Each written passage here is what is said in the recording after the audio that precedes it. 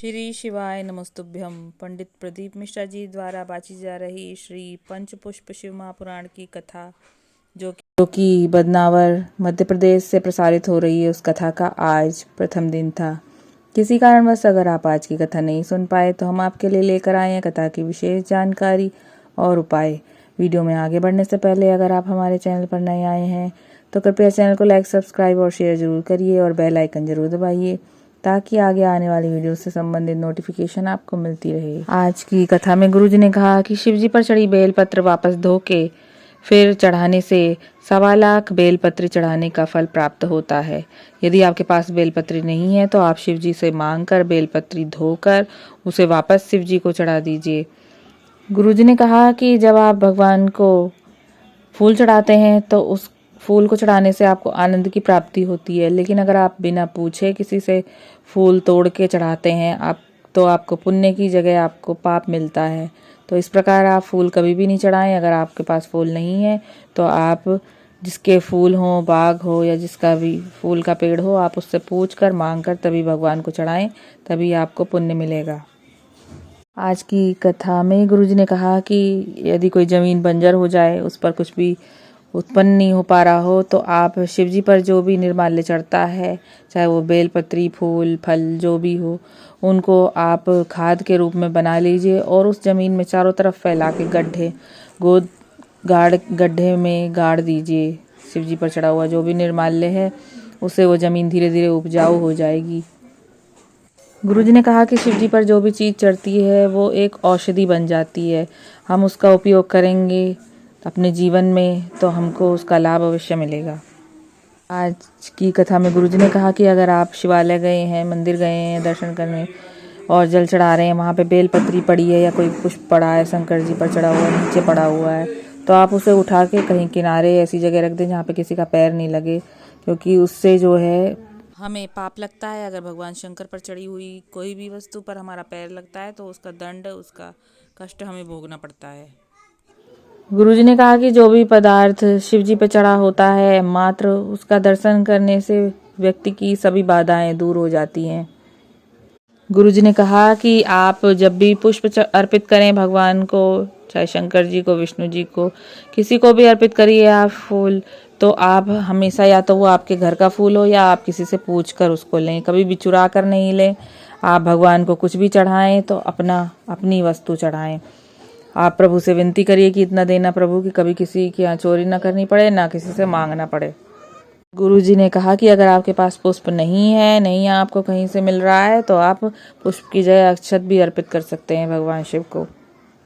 आज की कथा में गुरुजी ने प्रथम पुष्प पारिजात के बारे में बताया। पारिजात जिसे कि हार श्रृंगार भी कहते हैं। गुरुजी ने कहा कि जब आपकी वंश वृद्धि नहीं हो रही है, कोई कार्य में सिद्धि नहीं मिल पा रही है, वैभव नहीं मिल पा रहा है, हृदय की सुख समृद्धि के लिए आप ये उपाय करें। गुरुजी ने बताया कि आप पारिजात का एक पुष्प लें, उसे अशोक सुंदरी माता को अर्पित करें। आपको अशोक सुंदरी माता पे जब पुष्प अर्पित करना है तो डंडी जो है वो शिवलिंग की तरफ रहेगी और फूल का मुख आपकी तरफ रहेगा। फिर उसी पुष्प को उठाकर आपको पार्वती माता को, जो जलाधारी है, गोल वहाँ पे समर्पित करना है। किस प्रकार कि डंडी जो है वो हमारी ओर रहेगी और पुष्प का मुख शंकर जी की तरफ रहेगा। और फिर वही पुष्प उठा के आपको शंकर जी को शिवलिंग पर समर्पित करना है। किस प्रकार की डंडी शंकर जी की तरफ रहेगी और पुष्प का मुख आपकी ओर रहेगा। इस प्रकार भगवान शिव को पारिजात का पुष्प अर्पित करने से आपके घर में वंश वृद्धि होगी, कार्य में सिद्धि मिलेगी, वैभव वृद्धि होगी और हृदय की सुख समृद्धि मिलेगी। आज की कथा में गुरुजी ने बताया कि जो पारिजात का जो पुष्प होता है उसका आपको केसर बनाना है। उस पारिजात के आप 20-25 पुष्प ले लीजिए और उसके पीछे की जो नारंगी डंडी होती है उसे तोड़ कर सुखा लीजिए। आपको धूप में नहीं सुखाना है, छाँव में ही सुखाना है। और फिर उसको अच्छी तरीके से सूखने के बाद पीस कर पाउडर रूप में थोड़ा सा आप जल मिलाकर उसका चंदन आप शिवजी को रोज अर्पित कर सकते हैं। उस प्रकार चंदन अर्पित करने से आप अपने दिल की जो भी बात कहेंगे आप भगवान शिव से, उस पुष्प की सुगंध आपके जीवन में आनी प्रारंभ हो जाएगी। भगवान शंकर आपका हाथ पकड़ लेंगे।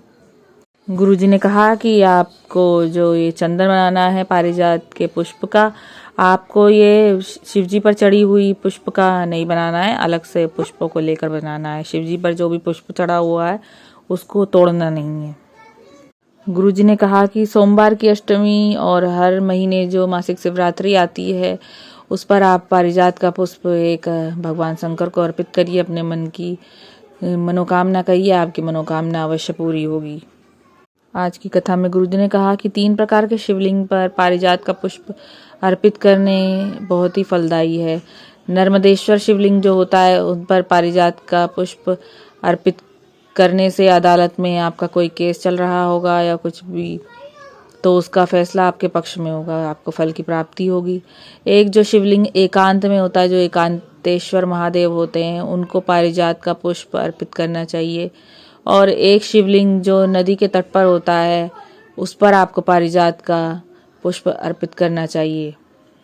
इन 3 प्रकार के शिवलिंग पर पारिजात का पुष्प अर्पित करने से कभी भी आपको जिंदगी में पीछे पलटने की जरूरत नहीं पड़ेगी। महादेव आपका हाथ पकड़ लेंगे, आपको जिंदगी में उन्नति की ओर ले जाएंगे। आज की कथा में गुरुजी ने सभी को गणगौर की बधाई दी और गुरुजी ने बताया कि 16 दिन शिवजी ने जो श्रृंगार किया, 16 दिन जो थे जो शिवजी ने श्रृंगार किया वो 16 संस्कार हुए और 16 दिन माता ने, पार्वती माता ने जो श्रृंगार किया वो 16 श्रृंगार हुए। गुरुजी ने कहा कि 16 दिन की गणगौर का पर्व पूरे भारतवर्ष में मनाया जाता है। सभी को गणगौर की बहुत बहुत बधाई हो। यही वो गणगौर हैं, माता पार्वती और भगवान शिव। तो ये थी आज की कथा से जुड़ी विशेष जानकारी और उपाय। आशा करती हूँ कि वीडियो आपके लिए उपयोगी रहा होगा। हर हर महादेव।